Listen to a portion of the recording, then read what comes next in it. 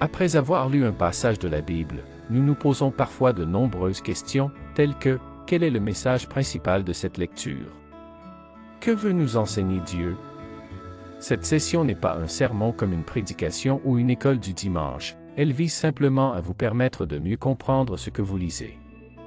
Voici les enseignements principaux que nous pouvons découvrir de Marc 10, le verset 17 à 31. 1. La fragilité et la brièveté de l'existence humaine. Conscience de la mortalité, le psaume nous confronte radicalement à notre finitude, en soulignant que nos jours sont courts et nos forces limitées, comparées à l'éternité de Dieu. La vie comme un souffle, il compare la vie humaine à un vent ou à un souffle, mettant en évidence sa fugacité et son caractère éphémère. 2. L'acquisition de la sagesse par la crainte de Dieu.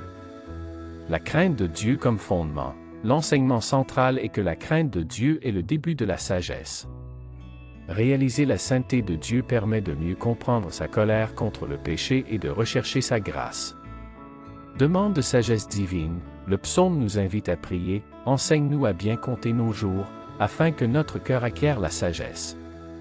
3. La dépendance en Dieu face à nos limites. Soutien de Dieu. Face à nos vulnérabilités, le psaume nous rappelle que la puissance souveraine de Dieu et son amour inébranlable sont notre force. Affermir nos œuvres. Il est une prière de dépendance et de foi, demandant à Dieu d'affermir le travail de nos mains, même face à nos propres limites. 4. L'espérance et la justice divine. La grâce de Dieu, malgré la fragilité humaine, le psaume est fondé sur l'espérance de la grâce de Dieu, qui soutient et console. La justice finale, le texte met en contraste l'injustice des méchants avec la justice de Dieu qui se manifestera, offrant une espérance certaine pour ceux qui ont le cœur droit. Le psaume 90 nous enseigne principalement à reconnaître la brièveté et la fragilité de la vie humaine par rapport à l'éternité de Dieu, et à demander la sagesse pour vivre consciemment ces jours.